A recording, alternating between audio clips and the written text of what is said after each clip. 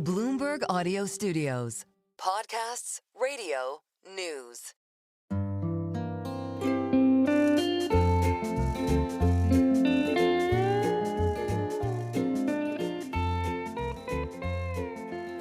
Hello and welcome to another episode of the Odd Lot podcast. I'm Joe Weisenthal. And I'm Tracy Alloway. Tracy, this has come up on the podcast, but one of the things with the tariffs is I still think for the most part, people are talking about them from like a fiscal standpoint, which is, okay, prices are going to go up. What does that do to inflation? What does that do to sales? What does that do to employment? And less about the potential for like actual economic chaos because something isn't getting to somewhere else that it needs to be. You want to go more micro instead of the macro? Yeah, okay, I'm good with that. We can talk to economists all day and they all have their estimates, et cetera. But, there's a limit to, I think we should. Yeah. So one of the things we obviously learned during the pandemic is like real things exist in the world and they have to come from some place where they're made and be shipped over. And if there are disruptions, then those can snowball in quite a big way. And there's one product in particular that I think kind of embodies a lot of what we talk about when it comes to tariffs and manufacturing and disruptions, and that's computers, right? Totally. And if you look at one of those supply chain graphics for computers, it's just a bunch of lines crisscrossing the world, basically. Like the raw materials coming from Africa or South America, going over to China, and then chips being made in Taiwan, and then all of those components heading over to the US where they're put together. It is extremely complex. And again, like you look at it on a map, it just looks like a spider web. It's a total spider web because then the chips get made and then they go to Malaysia for packaging and then they go back to somewhere else. I skipped a bunch of steps. I think a lot of people like this idea of reshoring more tech. And that's obvious. We saw it during the Biden administration, various efforts on chips, et cetera. But it certainly can't be done overnight. Certainly. And, again, because, as you say, it's this such intense spider web, it's not even as simple as like, oh, let's move it from China to the U.S. or something like that. It's just so many different links and parts of what's assembly and packaging and components and all that, et cetera, that you're going to announce a new set of tariffs one day, and then an industry will just like digest those tariffs and then, open up a U.S. factory the next day. Or put a little markup on it. It's like, okay, it's, whatever. Here's the tariff rate. It's 25%. We, add 25% to what we sell, to the selling price. Like the idea that it could be that simple is kind of unrealistic. We should talk about it. Let's get granular. Okay, so I am very excited. We are going to be speaking with Steve Burke. He is the editor-in-chief of a publication, YouTube channel, etc., called Gamers Nexus. They do a lot of technical coverage of computer hardware, etc., which is a world that I basically know nothing about. I don't know much about gaming.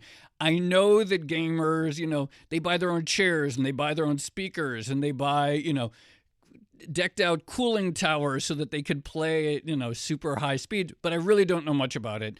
But Steve and his team at Gamers Nexus, about a week ago, actually 2 weeks ago, I think it was April 14th, put out an insane documentary, 3-hour-long documentary on YouTube called The Death of Affordable Computing and the Tariffs' Impact on the World of Gaming Hardware. It's a truly extraordinary piece of journalism. And we wanted to talk to the creator behind it and what he did and what he learned. So, Steve Burke, thank you so much for coming on Odd Lots. Oh, thanks for having me. Yeah, I'm excited. When Tracy and I do an episode of the podcast, we talk about tariffs, we're worried that it's going to be out of date and irrelevant by the very next day. And that's just like a 40-minute conversation sometimes with like one economist. Just tell us, how did you quickly, within basically 12 days of, quote, Liberation Day, unquote, put together, and what did you put together, this 3-hour documentary about this world of computer hardware, gaming hardware? What was this project? It was fun. I mean, it was born from chaos. And so for us, the moment we pulled the trigger on it was when I'll use the formal name, the reciprocal tariffs as they're called, were put in place. And so basically immediately, as soon as that happened, I called a bunch of companies I've worked with over the last 16 years, and everybody was ready to go on record, which is very rare, as I'm sure you all know. And we booked the flights for 12 hours from that moment. Wow. Got on the plane without a return flight and just went out and started talking to people. So it was the underlying concern of this will all be out of date was definitely there. Our approach to that was, if we tackle this story in a way where it's partly about that, if it's about the uncertainty and about the story of getting the story, that resolves some of those concerns, because then what you're capturing at least is the sort of real feelings and the real decision making that these companies are doing at any given moment. Yeah, and at the very least, people will learn about the supply chain of PCs. So you always have that aspect of it.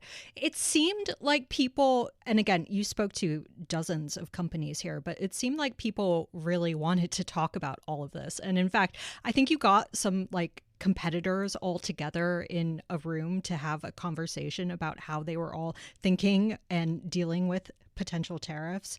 That's right. People want to come on and talk about this, which really highlights the urgency here. Yeah. So the biggest challenge that a lot of them are facing is, I think they're concerned about what the consumer perception will be as prices go up or as stock dries out. And there's good reason for that. I mean, consumers absolutely are kind of number one coverage angle is cynicism. It's being really critical of what the companies are saying at a given point. This was an interesting scenario, though, where the price increases are functionally guaranteed in this industry. And I think what the companies were worried about is, if we're not transparent right now when we have this opportunity, then people won't necessarily believe us when we explain why the prices went up. And consumers, to be clear, should still remain cynical to a healthy degree, but should also be aware that there are real world impacts, from these decisions that are much bigger than any of the companies. So no, that actually makes a ton of sense why it would be strategic for these companies to talk about the real impact, so that when they raise the price of whatever, that people understand why. But actually talk about this, setting aside the tariffs. What is this industry? Talk to us about the existing gamer hardware industry that you set out to describe in this documentary. Oh, sure. Who are these players, and like, where do they sit, and what do they sell? What kind of products and what price? Give us an overview of it. Yeah, so I think the most important thing for anyone who doesn't pay close attention to it is to be aware that computer gaming hardware is used in workstations and scientific computing around the world. So companies that everyone in your audience would already be aware of, like NVIDIA, Intel, AMD, so forth, all the stuff they make for scientific computing and AI and data center, a lot of that stuff also exists in some capacity in gaming, and it's potentially the same supply, as in the same wafer supply, if it's silicon, or shares at least the architecture of whatever that generation of product is using. And so there's a lot of crossover. And what that means is that these multiple technology industries all sort of prop each other up. You get economies of scale across them, because if you're making the wafer that can be used in a data center card and can also be used in a gaming card, right, the company has some more strategic levers to pull for where do they want this particular chip to go, which market has demand. Has one dried up, they can move that supply over to something else and mark it up more if it's has good yield. So it's a huge industry. And then as far as gaming, I don't have the exact numbers off the top of my head anymore, but not too long ago, we received a press briefing from one of the big three, Intel, NVIDIA, or AMD, I don't remember which, but talking about the sort of worldwide gaming audience, PC gaming. Depending on who you look at, it's anywhere in the very high hundreds of millions to the low billions of individuals who do some form of PC gaming. So it's a huge industry. So, Joe's first question was about all the uncertainty over the tariffs themselves and the fact that we don't know what's going to happen tomorrow. Maybe there's another announcement, and then maybe the day after there's some backtracking on it. It seems really difficult to plan for tariffs coming in when you don't even know what exactly they're going to look like, or, when they might actually be phased in. What were companies actually saying about their plans for handling this so far? So the plans are interesting. The number one thing they were telling us is that it's difficult to plan when the plan potentially changes on a daily basis. So a number of the companies we spoke with, including an Austin, Texas-based repair shop run by a guy named Louis Rossman, who's kind of well known for right to repair, Corsair, which is a huge publicly traded company. So you have this huge range, and generally speaking, the message we received was, we can deal with a high tariff. What we can't deal with is uncertainty. So I don't know if the timelines are maybe interesting for people, but just to give an idea for things, without even getting into the discussion of where is the thing made, the question of how long does it take to make the thing is it maybe kind of colors, where their strategic decision making is coming from. So a silicon wafer takes maybe about 3 months to produce, assuming they don't run a hot lot. And so that's just to kind of make the wafer. It might be an 8 or a 12-inch wafer that then contains all of the silicon that eventually goes into a computer. So a wafer is just a disk, right? It looks like a CD, basically. And they pattern the silicon on it in a fab. So Intel has fabs. They're building some in the US as an example. And they then dice that. They send it out to packaging, to test, to eventually turn into a finished CPU or GPU that goes on a board and gets put in a computer. Just to make the wafer, it's about 3 months. And so when you're making decisions that involve macroeconomics, not that I'm not an expert on that part of it, but you could imagine that it would be very difficult, right, to plan how many of these things you might need. And that's just one part. The computer cases are typically 12 to 18 months, counting the design stage, to get through mass production. The actual mass production part of it, they might order about 4 to maybe 6 months in advance of when they need the parts, depending on where Chinese New Year falls in that window. And so these types of numbers, I think, probably give a better indication as to why it's so difficult to project, because the decisions they're making now are based off of inventory they placed orders for at the end of last year.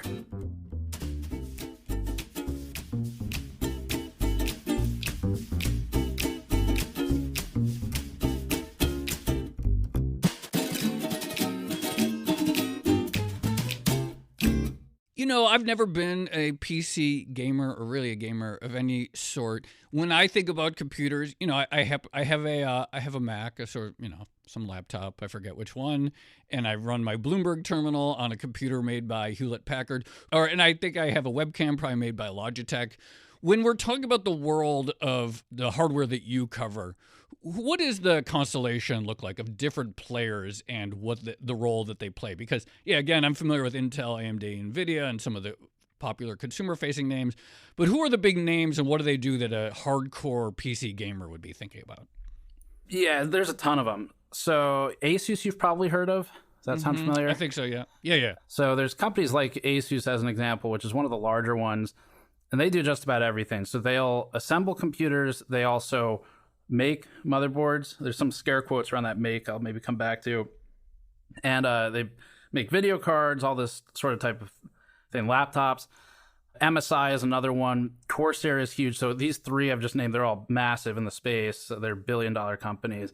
You also have hundreds of smaller ones. So just to rattle off a few, Sure. But Cooler Master, Height, Crucial is actually large. They're owned by Micron.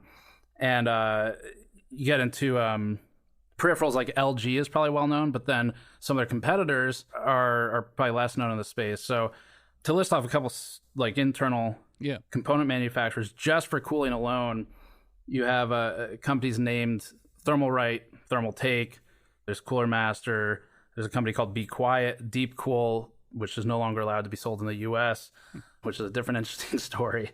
Noctua is another huge one. So they're all very important, but probably by and large, the way people know about them, if at all, is because those parts that these companies make are put in the pre-built machines from a company like CyberPower, iPower, Dell, HP. Got it. And actually, there's, especially relating to the tariffs, there's something really interesting that I didn't put in that video, but I was thinking about it. So factory relationships are an interesting web in this industry where a lot of the factories, they're not owned by the manufacturers. So when we talk about a brand like Height, so Height makes computer cases, coolers, keyboards. They don't actually own the factories, but they work with them. And so there's contract manufacturing, which is true in most industries. But what's interesting in this one is those contract factories often are self-branded manufacturers as well. So they're competitors of their own customers. A great example of this would be Deepcool. Did you ever hear about Deepcool? I don't think so. Okay, so long story short, Deepcool got banned from the US, and that happened last year. But there's still a good example for this. Deepcool owns factories in China. They do contract manufacturing, and they also are a self-branded company. And in the US, they're no longer sold, but they were pretty big here. Deepcool also, I haven't stated this publicly, but it's known I've been in their factory. We've done videos, but what I haven't said publicly is that they make products for a company called Be Quiet, which is a German-based manufacturer. They design cooling components and cases and things like that. And so some of their products in the past were made by Deepcool. Deepcool is a competitor to Be Quiet. So these two companies, that one sources from the other, but they fight each other in the marketplace. And to be clear today, I'm not sure if Be Quiet still uses Deepcool because of the US ban, but that's not important for this.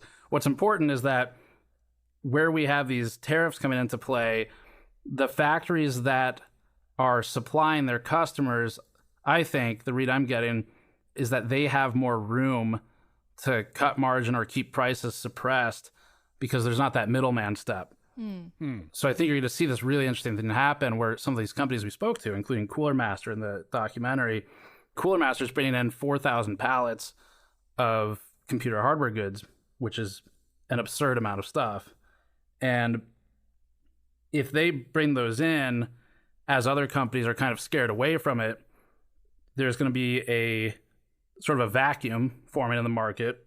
And depending on consumer confidence and purchasing, they either end up filling that void where people can't get other components, or if there's a price war later because there's too much stuff that people brought in, then the companies that are the factories, I think, would have more room to fight on price. By the way, Tracy, so it looks like Deepcool, it's a Beijing-based company, and they got banned from the U.S. for the various business dealings in Russia. So just a little context there. Thank you, Joe, for the context. Actually, this reminds me. So one thing I wanted to ask is, did you observe, I guess, any differences between the larger companies that you spoke to and the smaller companies? Because I imagine, just on the factories point, the big guys probably have like solid relationships with their manufacturers, and they probably have some ability to set prices or negotiate prices with suppliers. Whereas the little guys, maybe they don't have, as much room or as much market power to try to negotiate on prices. Was there much difference between the big and the small here? Oh, yeah.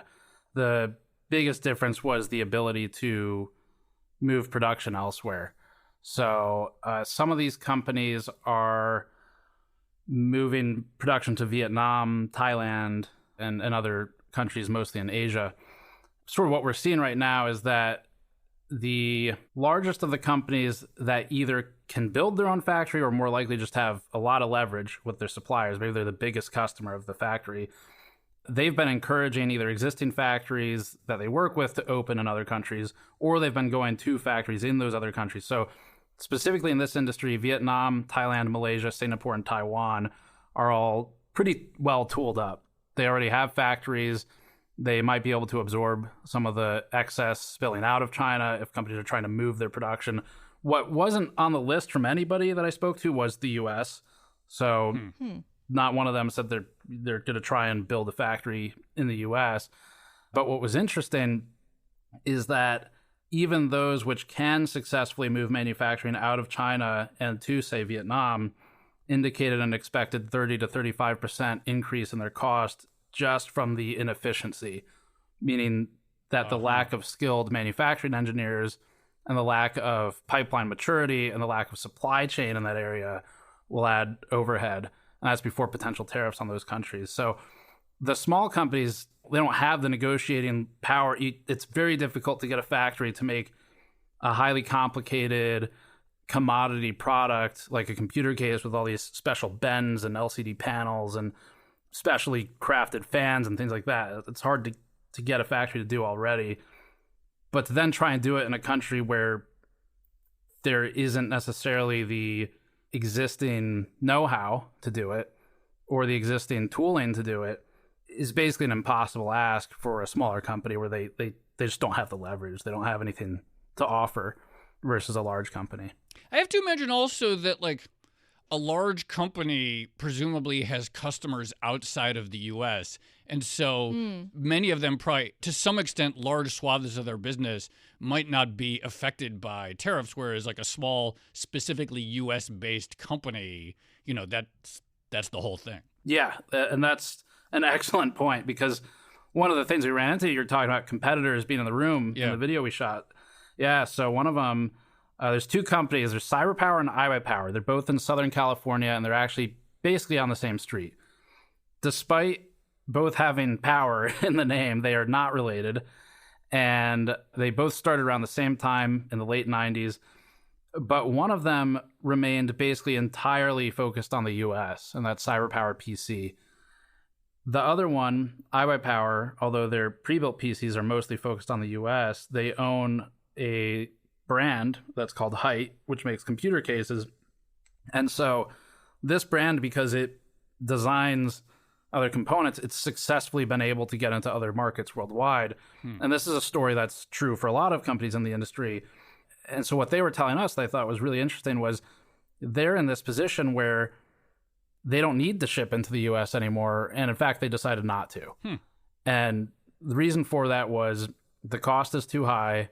So it made more sense for them to ship the goods elsewhere. So it might hit the port in LA, but they might instruct the forwarder to keep it on the vessel and send it around again somewhere else. So what they're doing right now is actually the product director in that video we spoke with, Rob Teller, he flew out to some other countries and started trying to establish relationships to build the brand and retailers outside of the US. Whereas CyberPower, coming back to them, they really only sell to the US, but they also assemble 100% of their computers in the US. So they kind of get screwed in a way where they don't have these external markets like you're talking about, and they assemble it all here, but they don't make the stuff that they put in the computer. So they don't really have control over where it comes from. So getting back to the company size disparity, you can wish as much as you want that it comes from a country with a lower tariff, or maybe even comes from the same country you're in. But if you don't make it, you don't really have any control over that. Yeah. And of course, there's an irony that the company which actually assembles stuff in the US is getting punished more than some other companies. There's another business that I wanted to ask you about specifically, and it is a logistics company that people use to actually, you know, transport stuff. It's called Straight Forwarding, which is a great name for like a mail company. But what are they seeing right now in terms of actual shipping volumes? So when we were talking to them, it would have been probably second week of April, I think. And what they were starting to see is that customers were indicating concern of the tariff. So this, just to put into perspective, the time I spoke to them, it was one day before the exemptions were announced, and therefore 2 days before the exemptions were kind of unannounced. I remember that weekend. Yeah. And then it was a day or two after the most recent round of tariffs. And so at that time, the highest general tariff, it's of course it's different depending on the classification of the good. The highest general, I think they quoted at 170%, depending on how you count the previous administration. So what they were seeing was a lot of he just confirmed panic was the word I used, and he confirmed that word, where their customers were panicked about the pricing and about the uncertainty of what's the tariff going to be, and if it goes away, can we get a refund? As far as shipment volume, in the time since talking to them, there's been a reduction of volume into the port in LA in particular. I think I actually saw a Bloomberg report about that, so you're probably more informed than I am on the specifics of it. But I think I read there was a year-over-year reduction anticipated for next week of, correct me if I'm wrong, I think something like 35%. Does that sound right? It sounds right, more or less, possible for sure. Yeah, so I think that's the number I read this morning. Anyway, what they're seeing is potential reduction in import, which means reduction in need for people who do that job. And, couriers, anyone in that whole chain, warehousing. There's a ton of warehousing in City of Industry in California. and they're going to be impacted for sure.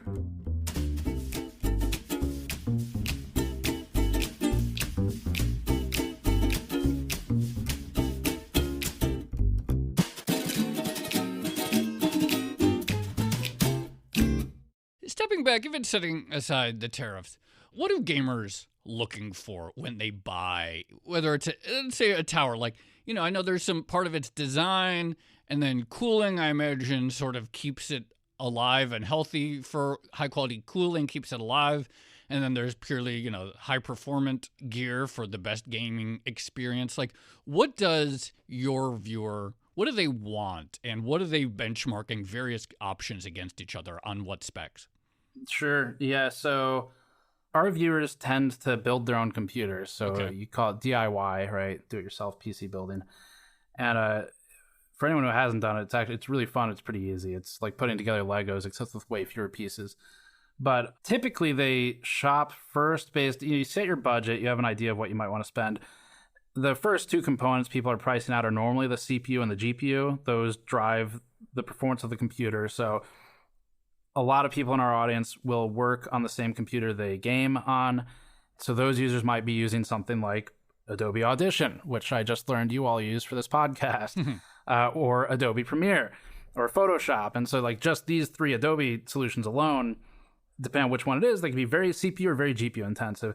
And the same is true for gaming. So people tend to spec out the GPU and the CPU first. Something like cooling, I guess to name the components, there's cooling for the CPU, there's a case, power supply, motherboard, RAM, and typically a solid state storage device or an SSD. And so these are the core components. The ones that are more commodities would include the case, potentially the cooling, where what people are starting to go for if they have a little more budget is some kind of looks focus. So you can make computers look really cool these days. And so there's a lot of that too, where it's all, it's really not that different in concept from car customization, where there's people who want performance and there's people who want fashion, right? And then there's people who want both, and there's the ones who spend the most money on it. But yeah, generally speaking, what they're looking for is a high frame rate to make the gaming experience feel fluid. They want to be able to render the graphics at the highest quality settings with the most polygons and geometry in the graphics. And if they do work on the side, then they're trying to balance the parts within the system, meaning they want to evenly distribute the money in a way that optimizes for what each application wants so that they can run those outside applications that might be core intensive versus say memory intensive or something. Joe, do you remember that old show Pimp My Ride? Yeah. Where they did makeovers of cars? We need a Pimp My Computer kind of thing where they surprised just that doesn't exist. Yeah, I would actually watch that. You would watch that, I wouldn't would. you? Yeah, I could see you watching it. There is another YouTuber in the space, Jay's 2 Cents, who basically did that for Terry Crews, actually, as in the actor. He built him look that up. Yeah. Okay. He built him a gaming PC. Very cool. Talk to us a little bit more about pricing, because it sounds like everyone agrees that the tariffs are going to be, the cost is going to be borne by the American consumer, and so prices are going to have to come up. But also, when we're talking about tariffs that are almost, 200% in some cases, it feels like that is such a significant increase that you're also going to see volumes fall and demand destruction, which normally would pull prices down. But I guess everything is just so different this time. It's kind of hard to gauge what's actually going to happen to prices and how companies are actually dealing with that.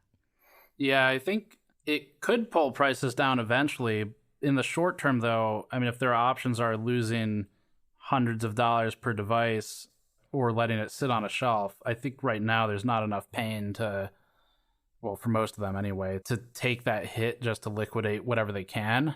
So pricing, I think it's pretty safe to say it's going to go up. They've told us as much, most of these companies. And yeah, I think what we're going to see happen is an initial increase in price for the companies that are still bringing products to the U.S., because not all of them are.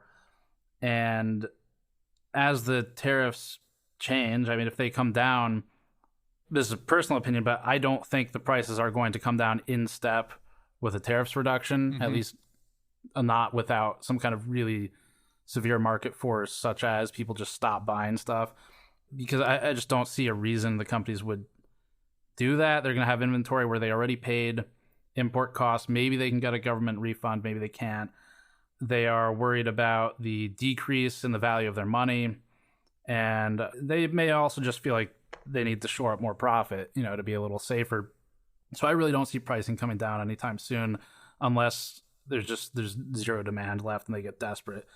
But in terms of increases, so it's not linear. So this is pretty interesting, where one of the things I learned talking to the companies was about the retail side. I knew nothing about how this worked before. Mm-hmm. And retailers, so one of the biggest ones in the U.S. is Micro Center. And they are like a highly specialized Best Buy. I mean, if you do DIY PC building, they're your number one physical choice. The e-tailers would be like Newegg or Amazon. And what we learned is that some of these retailers, like Micro Center, have very rigid margin demands. And so for computer cases, for some of the companies we spoke to, the margin demand is about 25%. And that means these case manufacturers are often making less than, just in terms of percentage or even dollar amount. Like if they want to get Micro Center shelf space. Correct. Yeah. Yeah. Okay. Yeah. So that secures the shelf space. And I think under typical conditions, I've had companies badmouth retailers to me privately before and ask us to keep it off record or not share it at all. I've never had them on camera just straight up say, the retailers are making more money than us, and then express their discontent at retailers being unwilling to budge on their own margin requirements. Interestingly, what they told us was that Amazon was a little more willing to have some flexibility, which maybe they're just big enough, right? They have enough categories where they can, it might be an opportunity for Amazon to try and soak some of that supply from these smaller retailers. But the question is, if a $360 computer case that has all these bells and whistles now has to be sold for $600 to $700, which is what the companies were telling us as an example, will a consumer actually pay for that? And when they don't, what happens at retail? Is it, I've seen plenty of headlines about empty shelves. I really don't think that's just hyperbole. I think there's a real chance of that, especially in niche industries like this one. Yeah, so, let's say, my son isn't old enough yet, thankfully, to be a hardcore gamer, but it's probably only a matter of years because I see how much he likes screens of all sorts. I wonder where he gets that from. Yeah, Joe. right. It is my fault. But let's say, it's later in the year and I'm like, okay, I want to buy him a Christmas present. For the gamer in your family or in anyone's family, what do you think this Christmas looks like in terms of higher prices and diminished variety of options? Yeah, well, the reduced variety is a big one, because if you're consolidating your order volume, you're reducing your order volume, you might have to consolidate the SKUs, right? So suddenly the 1,500 units of red become 1,500 more units of black computer cases. And so that definitely would reduce, I think, the choice, or at least the variety, like you're saying. Pricing, I mean, if someone really, as reviewers, our recommendation right now to the consumer, very focused on sort of consumer first. And to me, it's like, I wouldn't buy unless I know I really want the upgrade or need it, maybe for work, or just the computer's on its last legs. And if I were going to buy it, would probably be now. But I think the greater thing to consider there, at least in our recommendations, is trying to remind people of, hey, if you're not so sure about your job prospects, and you really don't need it, then maybe hold on to the money, which none of the companies want to hear us say. But I think that's probably the responsible thing to say.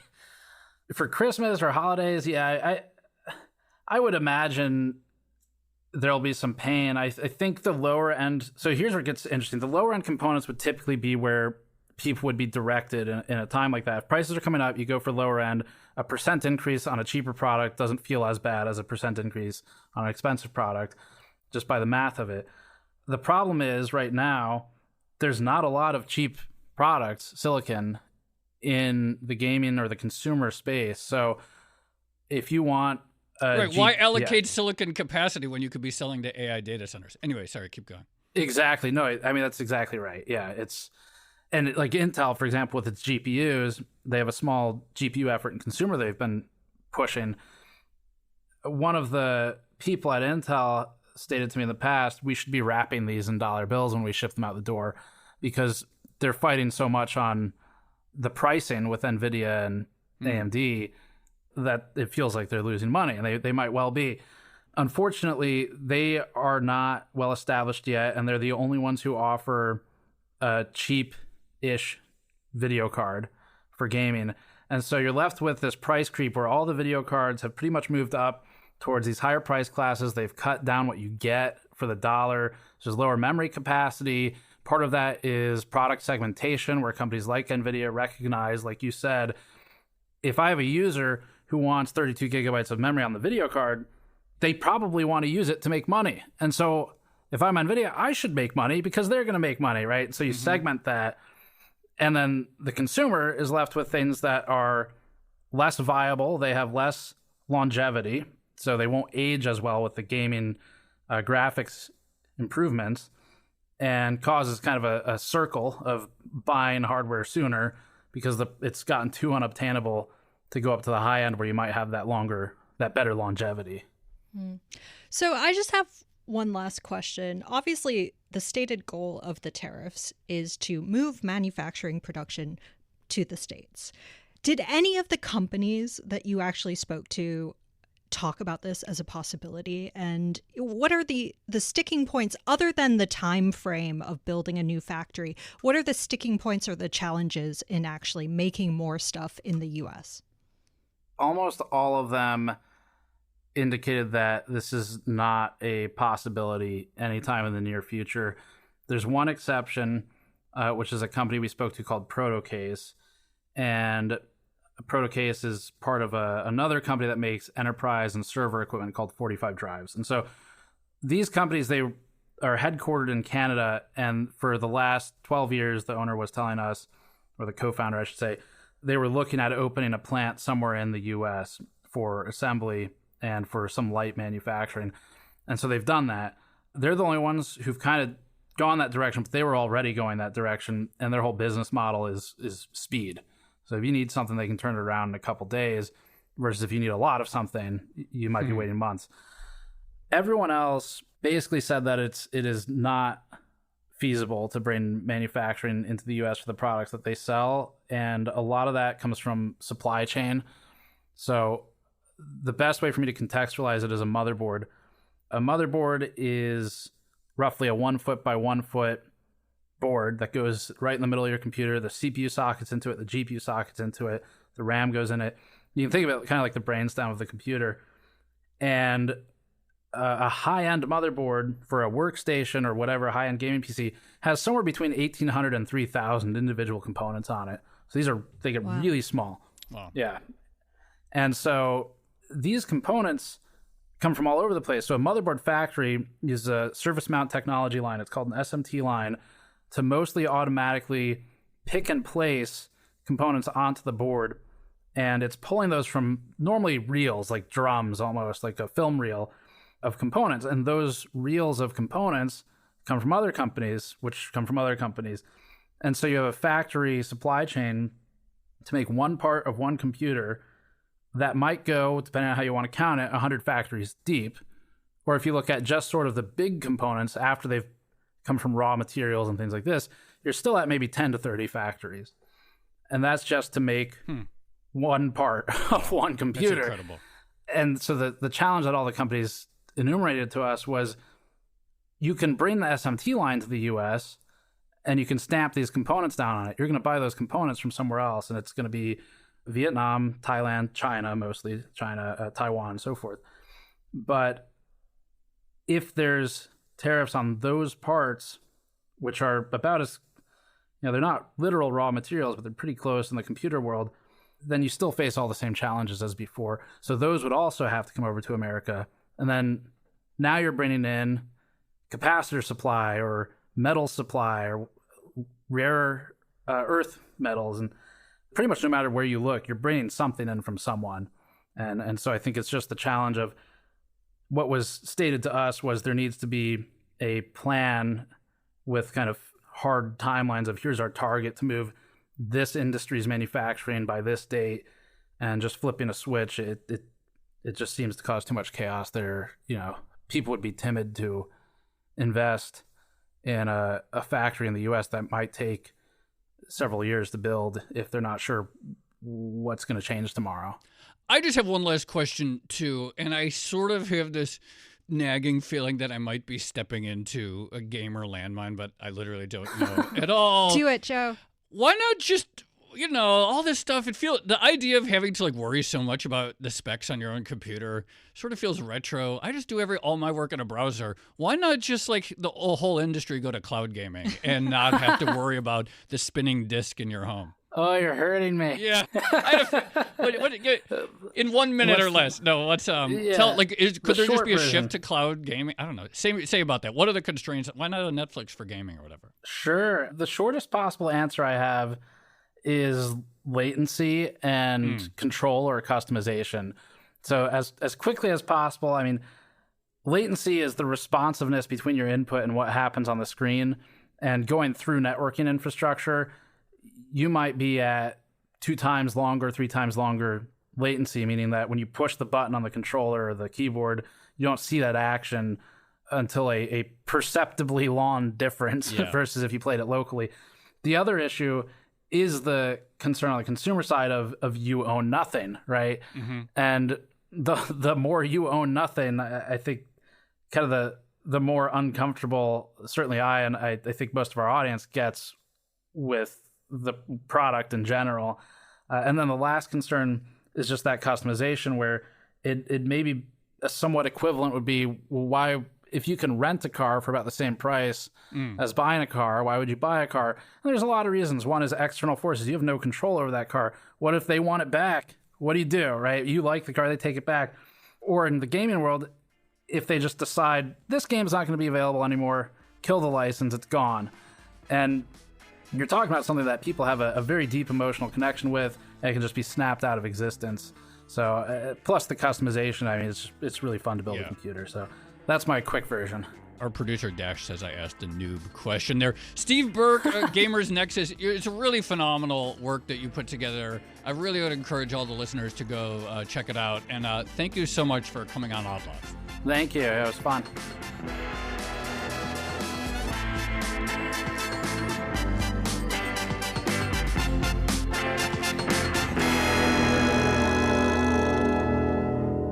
Tracy, I think there was one point in my life, maybe 2010, I'd gotten my idea. I should build a computer. I never did it. Oh, I thought you were going to say you should get into gaming.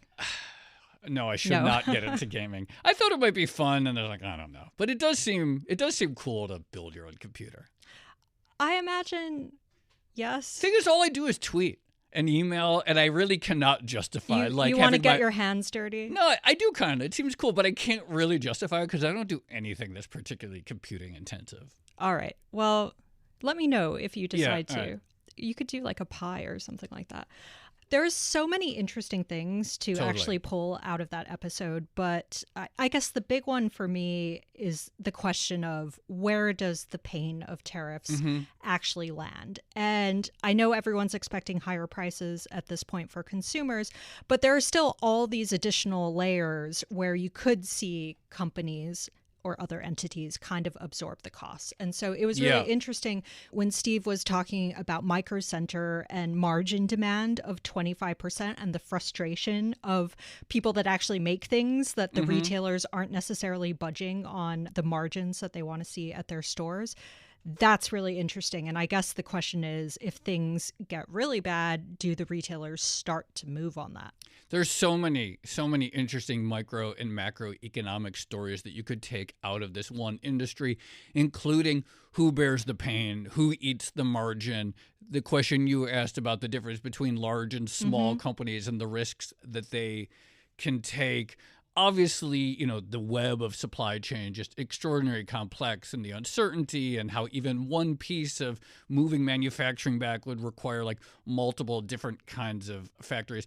I just thought that was incredibly interesting. It's also sort of interesting, this industry, I think part of the reason I was curious, One of the stories in politics, of course, is the incredible success or the surprising success that Trump had with sort of young men in particular. And so when I think about an industry in which my guess is that many of the people in this space have drifted more towards that side of the aisle over the last several years. And then now, I don't know for sure how the gamer audience voted, but I suspect that there's a pretty solid Trump contingent in there. And so this is just going to be, it's going to be interesting to see the reaction. I imagine there's going to be a lot of coverage of this issue in the gaming community. So we'll have to watch out for it. Maybe have Steve back on the show. Yeah, absolutely. Shall we leave it there for now? Let's leave it there. This has been another episode of the Odd Lots podcast. I'm Tracy Alloway. You can follow me at Tracy Alloway. And I'm Joe Weisenthal. You can follow me at The Stalwart. Follow Steve Burke's coverage at Gamers Nexus. Follow our producers, Carmen Rodriguez at Carmen Armand, Dashiell Bennett at Dashbot, and Cale Brooks at Cale Brooks. For more Odd Lots content, go to Bloomberg.com/oddlots. We have a daily newsletter and all of our episodes, and you can chat about all of these topics 24/7 in our Discord, where we even have a gaming sub-channel. That's discord.gg/oddlots. And if you enjoy Odd Lots, if you like it when we talk about computer games and the supply chain of PCs, then please leave us a positive review on your favorite podcast platform. And remember, if you are a Bloomberg subscriber, you can listen to all of our episodes absolutely ad-free. All you need to do is find the Bloomberg channel on Apple Podcasts and follow the instructions there. Thanks for listening.